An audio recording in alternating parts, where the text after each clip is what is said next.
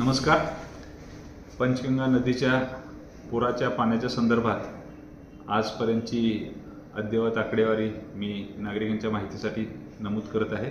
25 जुलै रोजी आपल्याकडे 115 नागरिकांना स्थलांतरित करण्यात आलेलं होतं नाट्यगृह येथील छावणीमध्ये. 26 जुलै रोजी ही संख्या 548 होऊन अन्य काही केंद्र आपण सुरू केली, निवारा केंद्र.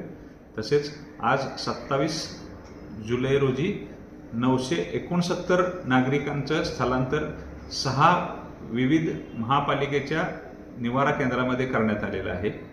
आणि त्याचबरोबर विविध ठिकाणी जनावरांच्या छावण्या महानगरपालिकेमार्फत उभ्या केलेल्या आहेत. तर त्या ठिकाणी जवळपास 337 म्हशी आणि तत्सम गुरे आपल्या इकडं छावणीमध्ये आणलेले आहेत नागरिकांनी.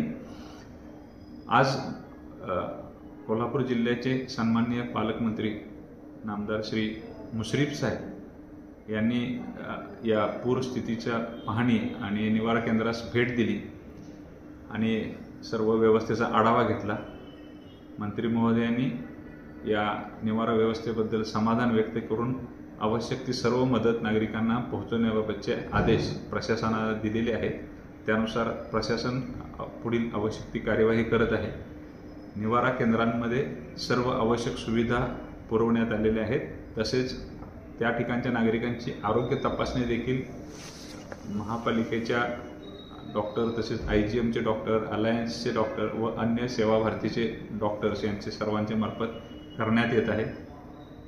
त्याचबरोबर सद्यस्थितीमध्ये आज संध्याकाळी 5 वाजता पाण्याची पातळी जी आहे ती 71 फुटावर आहे. पाण्याची पातळी स्थिर आहे. राधानगरी धरणाचे 2 स्वयंचलित दरवाजे बंद झालेले आहेत. त्यामुळे धरण क्षेत्रात पाऊसमान कमी आहे असं म्हणायला हरकत नाही. त्यामुळं नागरिकांनी घाबरून जाऊ नये, सतर्क राहावे आणि अफवांवर कुठलाही विश्वास ठेवू नये.